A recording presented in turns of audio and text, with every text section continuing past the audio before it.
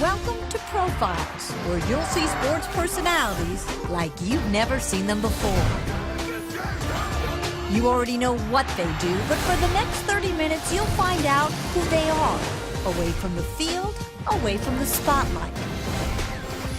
This is Profiles. The only thing consistent this offseason for one of the most consistent college football programs in the country was the headlines that it was generating. But along with assembling his critics, head coach Lane Kiffin has also assembled one of the strongest coaching staffs in all of football. How special do you think this staff can be? I think it'd be real special because they're such phenomenal teachers of the game. This is Profiles, inside USC football. Yeah, looking good, looking good. A group of men with a combined 185 years of coaching experience, including 3 Super Bowls and 8 national championship teams. Set, go! There you go. Win inside. Win inside. There we go. That's the idea. Men who aren't thinking about sanctions, probation, or any other drama. Just the job in hand, reclaiming Trojan glory. Now, I don't know why you do the wrong thing every time, but it's always you. On this edition of Profiles Inside USC Football, you'll get to know the new men of Troy, on the field and off. That's it, that's it. There we go, baby. Here we go, baby. Here we go, baby. We start with the head Trojan, whose demeanor simply does not match up with the headlines that he creates. Lane Kiffin speaks so quietly, you have to lean in to hear what he's saying. And while some coaches have to wait decades before getting a shot at becoming the head man, for Kiffin, once opportunity started knocking, she never stopped. In a span of just 17 months, Kiffin was named the head coach of 1 NFL team and 2 of the most prominent college football programs in the country. A rise that has been at such a frenetic pace, it can be a little hard to keep up. Which one of you is a Trojan fan? Big Trojan fan? You like the head coach? Who's the head coach? Smokey. Smokey. We really don't talk about football. Woohoo!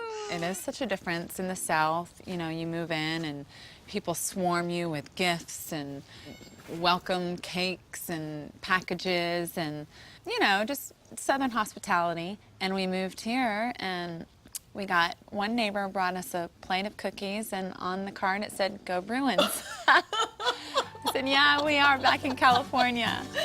A move back to Southern California, which seems to suit the Kiffin family just fine. If it's Layla and the kids playing in the backyard, or the father who's able to take an uninterrupted walk around Manhattan Beach, where no one seems to care about a head coach or the unconventional path he's traveled to get here. Does it even amaze you, the fact that 3 major head coaching jobs by the time you were 35 years old? I really didn't put an age on anything. I never said, I want to be at this age, I want to be the head coach here at this age. I never thought that way. Someone said, don't you feel like it's a great accomplishment because you got this job at 34 years old? No, I don't really think it's an accomplishment to get a job. It's an accomplishment once you succeed and you're extremely successful at that job. To me, that's an accomplishment. Anybody can happen to get a job, but what do you do, and do you do something for a long period of time where you're extremely successful? All right, so where are you right now on the accomplishment level? We're 0-0 at this job. We haven't played a game yet. The good thing about it is we haven't lost a game yet. Perfect. Yeah. Come on, there you go. Hey, and man, use inside footwork. Don't let him beat you, okay? Make sure you're using inside footwork so he can't beat you across your face. Are you hard on yourself? Extremely hard. I don't really know any other way. That's just the way that I think, you know. And I used to joke after games, you know, back when we were on our runs here of the great offenses, and we'd win 63-7 or something. And afterwards, we'd be in the locker room, like, what's the matter with this? I'm mad at that fullback. He dropped that. He's like the 3rd string fullback, you know. I'm mad at the fullback. He dropped a play that would have got a 70, you know. So we have extremely high standards in everything that we do.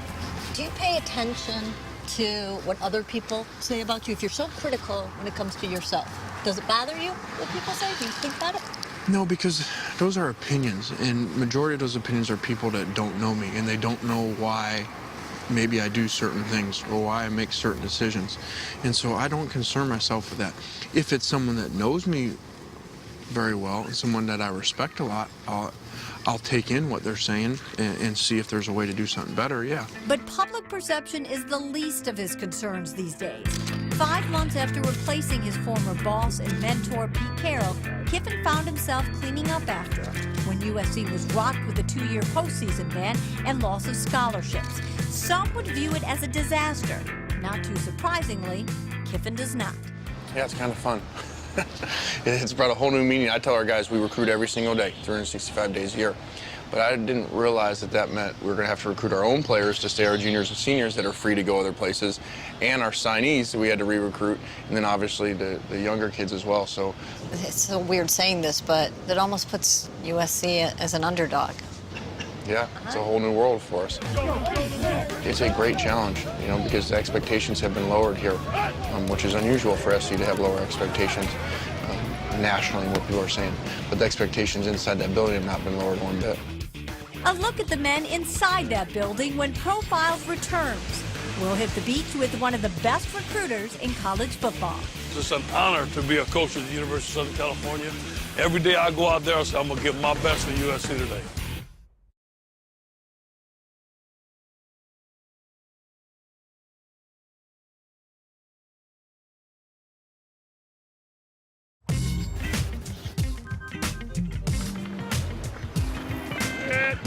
The first thing the new patriarch of USC football did when he got the job, hired the patriarch of the Kiffin family, Monte Kiffin. Nice job.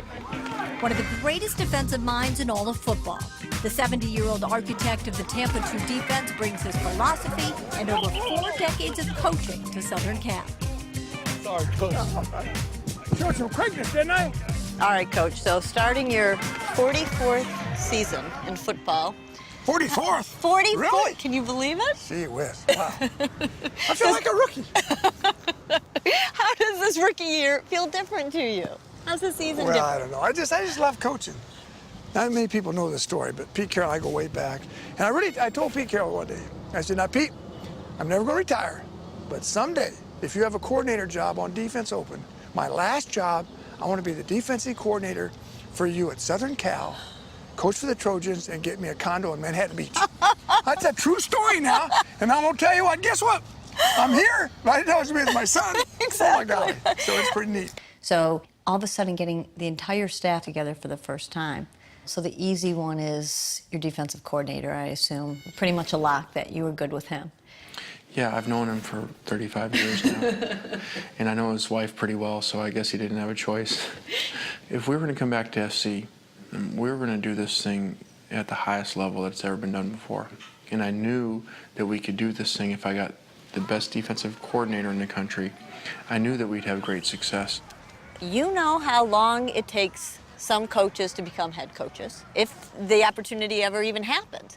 Now, all of a sudden, in a 17-month span, you watch your son become the head coach of the Raiders, the Volunteers, and the Trojans. What are you thinking as you're watching this ascension? I'm thinking he's ready. You know, the first time when he called me when he's 32 and he went to the Oakland Raiders, I said, whoa, here, kid, hold on now. You're at SC now and you're going to get other opportunities. I do think the Raider thing, like he'll tell you, was a great experience and helped prepare him at Tennessee, USC. But I think that some coaches are ready at a younger age. I think if Lane wasn't ready, I wouldn't. I sure as heck wouldn't went to Tennessee and left the NFL. Right. But then I sure as heck wouldn't have. After 1 year, and I bought a house in Tennessee. That's why people in Tennessee, they're all upset. Say, well, the Kiffins, they knew they were going to, we didn't know. You think I would have bought a house on a golf course? I don't even play golf. It's a beautiful home. In fact, it's still for sale. Nobody wants to buy it. Thank you. I would have rented it. Listing right now. No kidding. All right, I'm asking this one to a father, not to a coach. How proud are you of your son? Well, I'm really proud of him. I mean, I really want to do good for a head coach because I'm a stand-up guy. I mean, if we don't play well on defense, I'm going to put it on me now. I feel that that's your job, that we're all accountable. I feel very accountable to Lane. But golly, when you win and walk off that field and you know your son was the head coach, and that's another win for him, you know, that feels good.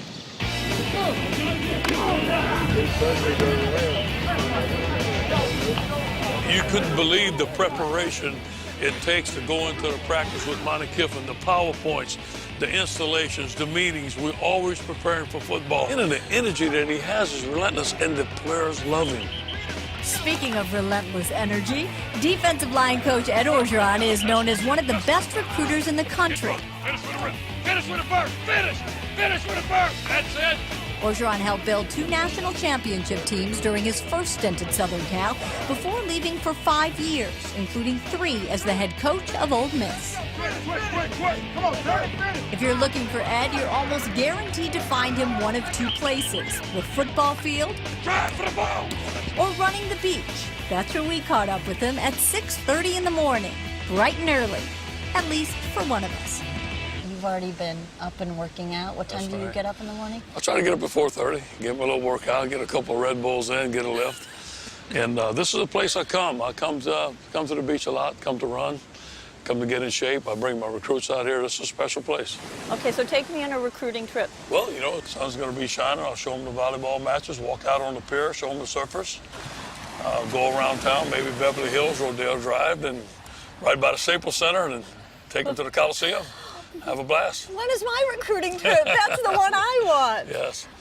That's an unfair advantage for you because everyone always says anyway that you're one of, if not the best recruiter in college football. Now you add the beach and you add LA. That's almost not fair. Yeah, well, you have to take advantage of what we have here, and this is a wonderful place. But I will say this to you. The biggest selling point about the University of Southern California is a private school. It's private education. Education is worth over $50,000 a year. And the network and the powerful people you meet in Southern California, you can't match it anywhere else. You're recruiting right now in our show, aren't you? Well, no, I was just trying to tell you how I feel about USC. You're recruiting right now in our show, aren't you? What makes him so good when it comes to recruiting? Relentless, outworks people every single minute of every single day, and never takes no for an answer. Hot! Hot! Come on. There you go. Give me your best stuff now. Yeah. Buckle it up. We're going to work. Let's go. Would you be as good of a recruiter if you didn't believe in everything you were saying? I think I have been. You have to believe in yourself first. But it helps to be able to feel like the way like I do about the University of Southern California, because people feel that inside your gut. You know, you can show them a lot of fancy stuff, but you got to go into that home and be yourself and really sell what you feel about the school. For us, this was our dream job. I mean, this is not going to come along again in a lifetime for Lane, Monte, and myself to come back to the University of Southern California. It was unusual timing, which I admit. Was it a long conversation when Lane brought it up, or was it such a no-brainer for you? Oh, it was 2 seconds and I'm coming. I always wanted to come back to USC. I was coming back to USC regardless of the circumstances. All they had to do was call me one time. Passion and a voice that's pretty contagious for one of the new coaches to USC. You know, I'll tell you what, Laura, I'll tell you, this is a great place. I love SC. I love SC. Yes, meet the Trojans' very special teams coach when Profiles returns.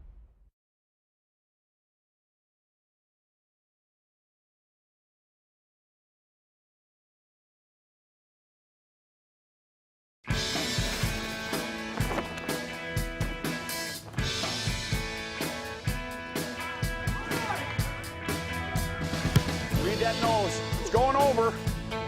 How about that, Rojo?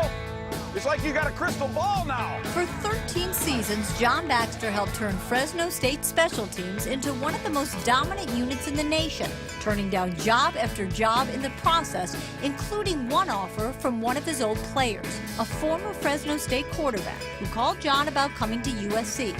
And John didn't hesitate. He said no 3 times. You guys will be able to handle the speed move because the cover guy's going to come to balance. Well, he'd been there for 13 years, and I think he told me he had 17 offers to leave. You know, he was so entrenched in the community and in the football program there. A lot of people had tried to get him out of there, and he had never left. And it wasn't very easy for us to get him out of there. But known as one of the top recruiters in the business, Lane Kiffin didn't quit, finally getting his former coach to say yes on the 4th try. The reason I came to USC is probably the same reason everybody else came to USC. We came here to be great. You don't come here to be good. And it attracts it everywhere. It attracts it in academics, it attracts it in the arts and music, in athletics, you know. I mean, it's a unique place. Fitting, because John Baxter is a unique coach, not just for what he does on the field, but for what he does in the classroom.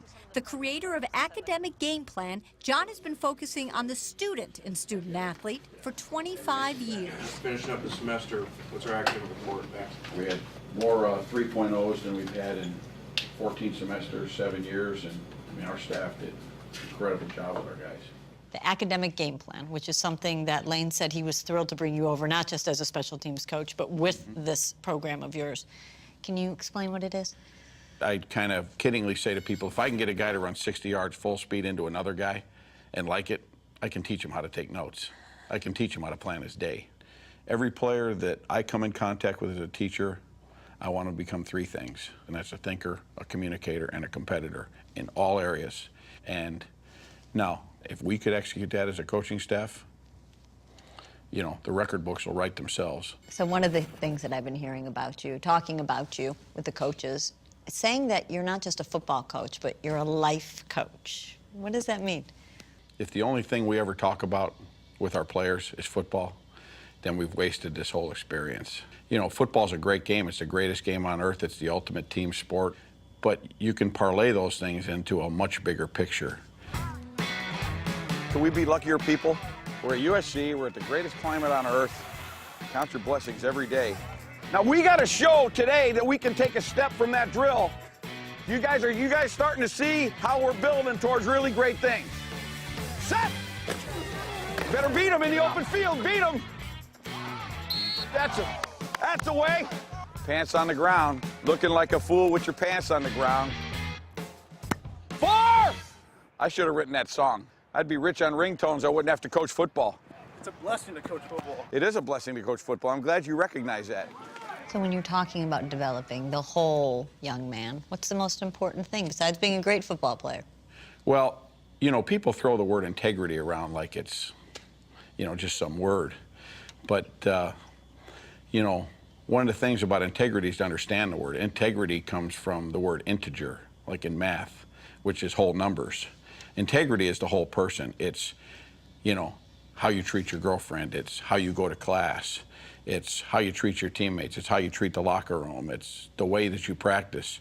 You know, one of the things we talk about is, well, yeah, sure, you're offered a scholarship to USC, but these 5 years are going to shape the next 50, and the greatest gift we can give you is the skills and ability to manage your own life. And we'll do part of that through football. Football and family. We'll examine one of the bonds that makes this staff so unique when we return. Mommy is just a natural. Look at that.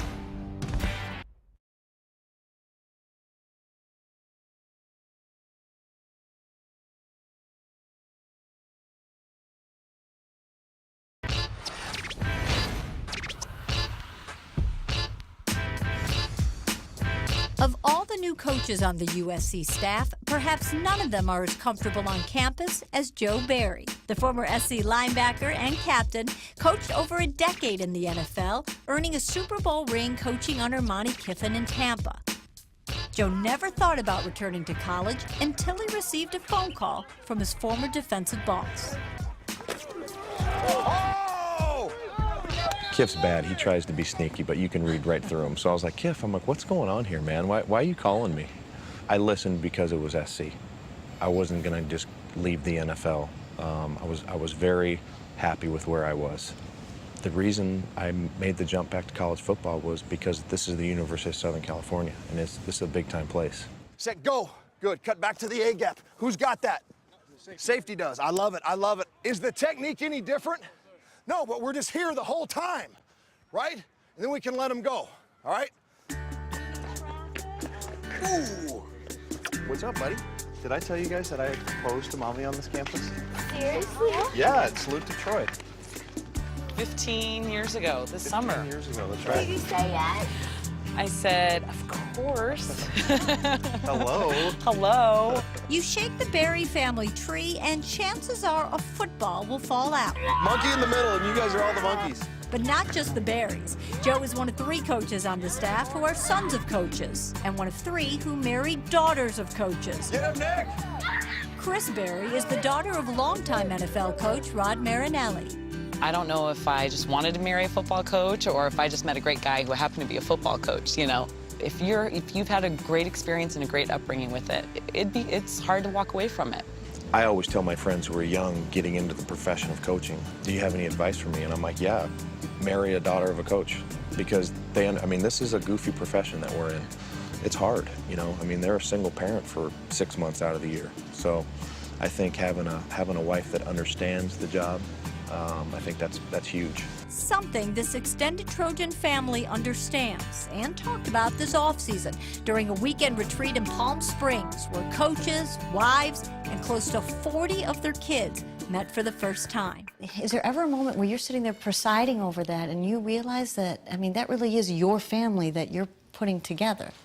It does put a lot of pressure on me and remind me that we're working every day and we're putting together this master plan for all those coaches and their wives and all those kids. And so you got to make sure that you continue to remind yourself that, you know, there's a lot of people relying on you. How special do you think this staff can be? I think it'd be real special. I think because they're such phenomenal teachers of the game.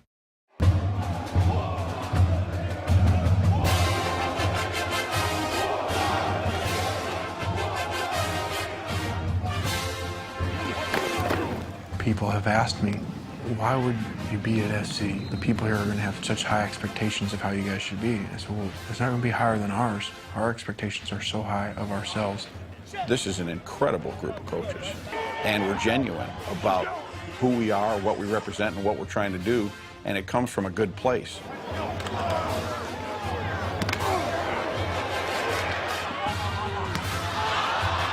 When we have our home opener against Virginia with a packed Coliseum, and that's going to be awesome. I think everything is in position for us to have a great run here at USC. This is going to be a great story. It is going to be a great story in college football.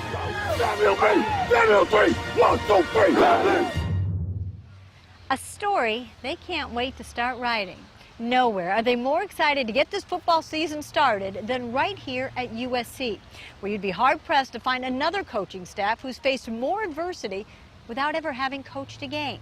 But they know the only way they can overshadow and overcome what happened 4 years ago or 4 weeks ago is by controlling the one thing they can control: winning. Make sure to watch Profiles all season long, where you'll see some of your favorite NFL personalities in ways you've never seen them before.